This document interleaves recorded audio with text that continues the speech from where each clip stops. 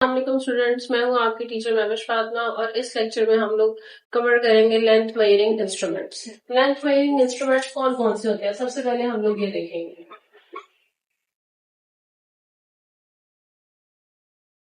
Length measuring instruments.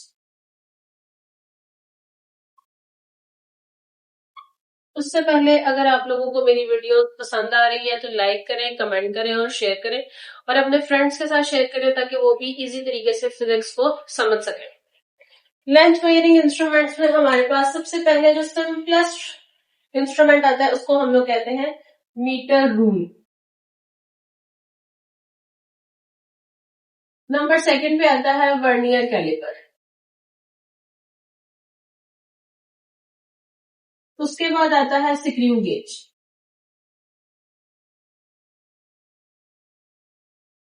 सबसे पहले metre rule हमारे पास क्या होता है?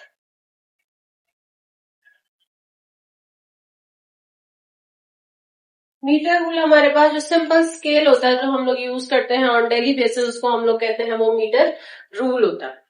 इसके ऊपर हमारे पास इस तरह डॉटेड फॉर्म में कैलिब्रेशन होती है।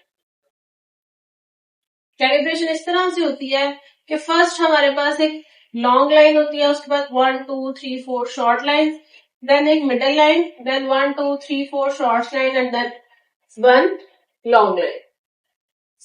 जो हमारे पास स्केल है वो स्टार्ट होता है 0 to 1 and it up to soon 0 to 12 inches तक होता है और ये ही इंचेस 0 to 30 सेंटीमीटर तक होते हैं। अब जो मिनिमस्ट वैल्यू हम लोग फाइंड कर सकते हैं, मिनिमम वैल्यू, वो हम लोग 0 टू द स्मॉलेस्ट लाइन जो हम मेजर कर सकते हैं वो होती है 1 मिलीमीटर और इसको हम लोग कहते हैं लीस्ट काउंट। अब लीस्ट काउंट क्या चीज होती है? लीस्ट काउंट किसी भी इंस्ट्रूमेंट में वो वाली वैल्यू होती है जो वो इंस्ट्रूमेंट मिनिमम फाइंड कर सकता है। Least count is the minimumest value which a instrument और a device can be measured. इसी की एक एक्सपैंड फॉर्म होती है जिसको हम लोग कहते हैं मीटर टेप। अगर मीटर रूल की लेंथ हमारे पास 0 to 12 इंचेस और 0 to 30 सेंटीमीटर होती है तो मीटर टेप हमारे पास फीट्स में होती है। It may be 50 feets, 100 feets. Metre tape की लेंथ हमारे पास इतनी होती है। अब मीटर रूल की जो मेजरमेंट है वो हम लोग कैसे लेते हैं? लेट्स सपोज कोई एक लाइन है, हमने मेजर करना है कि ये कितनी लंबी है। सबसे पहले हम लोग मीटर रूल का जो 0 है वो इस पॉइंट पे रखते हैं, 0 of metre rule.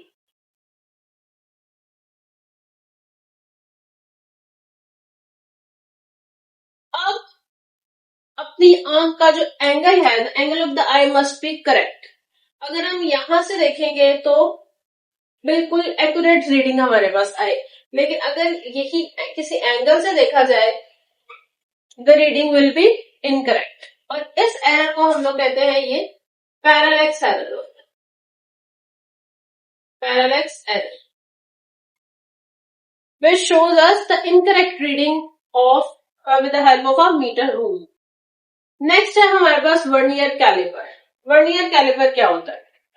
Vernier caliper हमारे पास एक ऐसी डिवाइस होती है जिससे हम लोग किसी भी चीज का डायमीटर और उसकी जो है वो लेंथ, स्मॉलर है तो लेंथ, डायमीटर, थिकनेस फाइंड कर सकते हैं। नेक्स्ट है हमारे पास वर्नियर कैलिपर।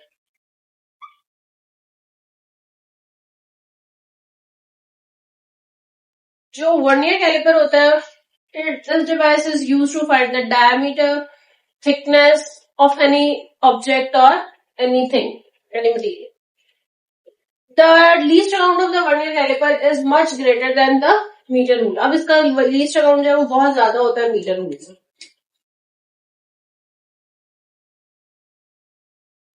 0.1 मिलीमीटर।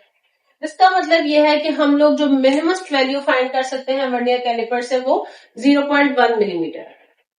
अब वर्नियर कैलिपर की कंस्ट्रक्शन क्या है, होता क्या और किस तरह इससे हम लोग एक मेजरमेंट कर सकते हैं। वर्नियर कैलिपर के दो जॉज होते हैं, जॉ ए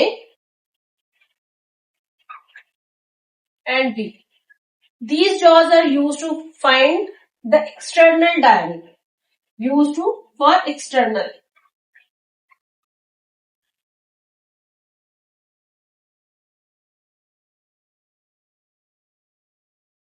एक्सटर्नल डायमीटर के लिए हम लोग jaw A and jaw B use करते हैं. जैसे फॉर एग्जांपल अगर ये हमारे पास कोई मटेरियल है, इसका हमने एक्सटर्नल डायमीटर फाइंड करना है, तो यहां से ये वाला जो है ये इसका एक्सटर्नल डायमीटर है, और ये जो इसके अंदर है इस कैप के, ये इसका इंटरनल डायमीटर है. और jaw C and D use for internal diameter.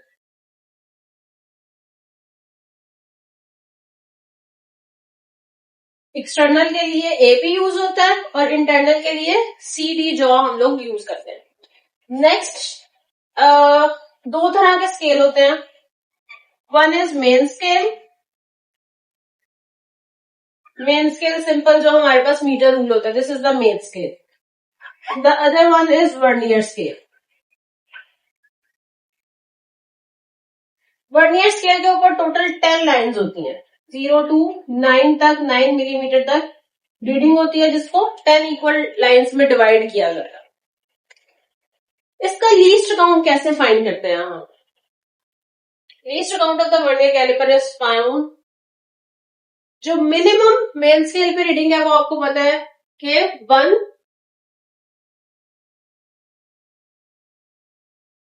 Millimetre है. 1 millimeter divided by total number of lines, 10 lines on vernier scale, which is 10. Then this will give 0.1 millimeter. इसकी रीडिंग स्टार्ट करने से पहले इसके अंदर error को चेक किया जाता है. एरर किस तरह चेक करते हैं, कौन सा एरर है या नहीं है. जो जॉ ए और जॉ बी है उन दोनों को हम लोग एक दूसरे के साथ मैच करते हैं, एक दूसरे के साथ मिलाते हैं. अगर जीरो, इस तरह जीरो जो है वो मेन स्केल का और जीरो ऑफ वर्नियर स्केल बिल्कुल एक दूसरे के सामने है, दे कंसाइड ईच अदर, बिल्कुल एक दूसरे के सामने है, तो इस टाइम पे कोई भी जीरो एरर नहीं है. No zero error. पर अगर इसी तरह जीरो मेन स्केल का पीछे रह जाए और जो जीरो, जब हम जॉ बी को जॉ ए की तरफ लेके जाते हैं, मूव करवाते हैं, तो zero of the vernier scale जो है वो आगे मूव हो जाए, और यहाँ पे उसकी कोई और लाइन, फर्स्ट लाइन मूव नहीं, मैच नहीं हुई, सेकंड लाइन और मे बी थर्ड लाइन जो है वो मैच हो गया.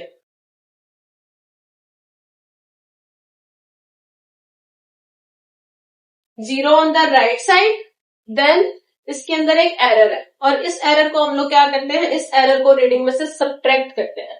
Zero on right,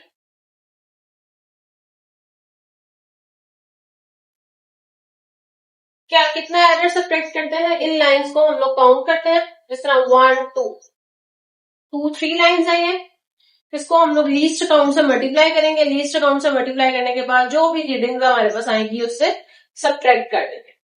next, if zero of main scale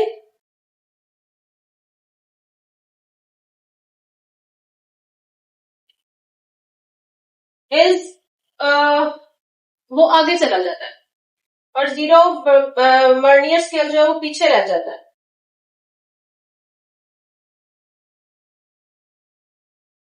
इसमें भी जीरो एरर है. अब zero on the left side,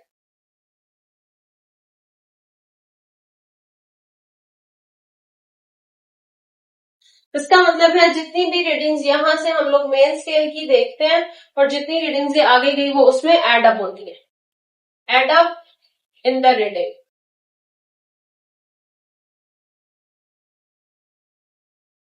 दोबारा देख लें, हमारे पास एक वर्नियर कैलिपर है जो यूज किया जाता है किस लिए, टू फाइंड द डायामीटर और thickness of anything. Least count की बात करें, मिनिमम जो वैल्यू ये फाइंड करता है 0.1 मिलीमीटर. जॉ ए और jaw B for external diameter और jaw C and jaw D for internal diameter. Two types of scale, main scale and vernier scale. Least count will be find as 1 millimeter को divide करते हैं 10 lines पे. 1 millimeter कहां से आया? ये हमारे पास स्मॉलेस्ट मेन स्केल रीडिंग है and this one is smallest vernier scale reading.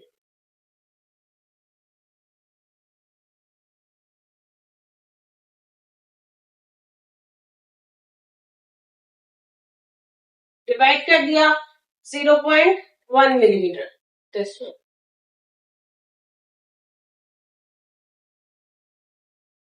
Errors हैं. कोई भी काम को शुरू करने से पहले हम लोग देखेंगे कि इंस्ट्रूमेंट में कोई एरर है या नहीं है. एरर चेक किया, अगर तो zero of main scale coincide मतलब बिल्कुल सामने है zero of the vernier scale, then no zero है.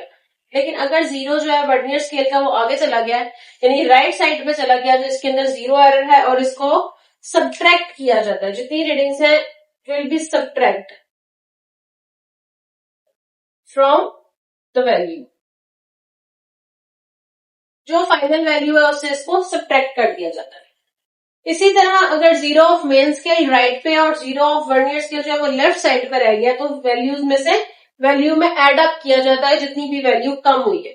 क्योंकि इस केस में हमारे पास वैल्यू कम आती है और इस केस में वैल्यू ज्यादा आती है. तो जितनी ज्यादा आई उसको माइनस कर दिया और जितनी कम आई उसको ऐड कर दिया. अब इसके बाद tail of the vernier caliper. Tail of the vernier caliper.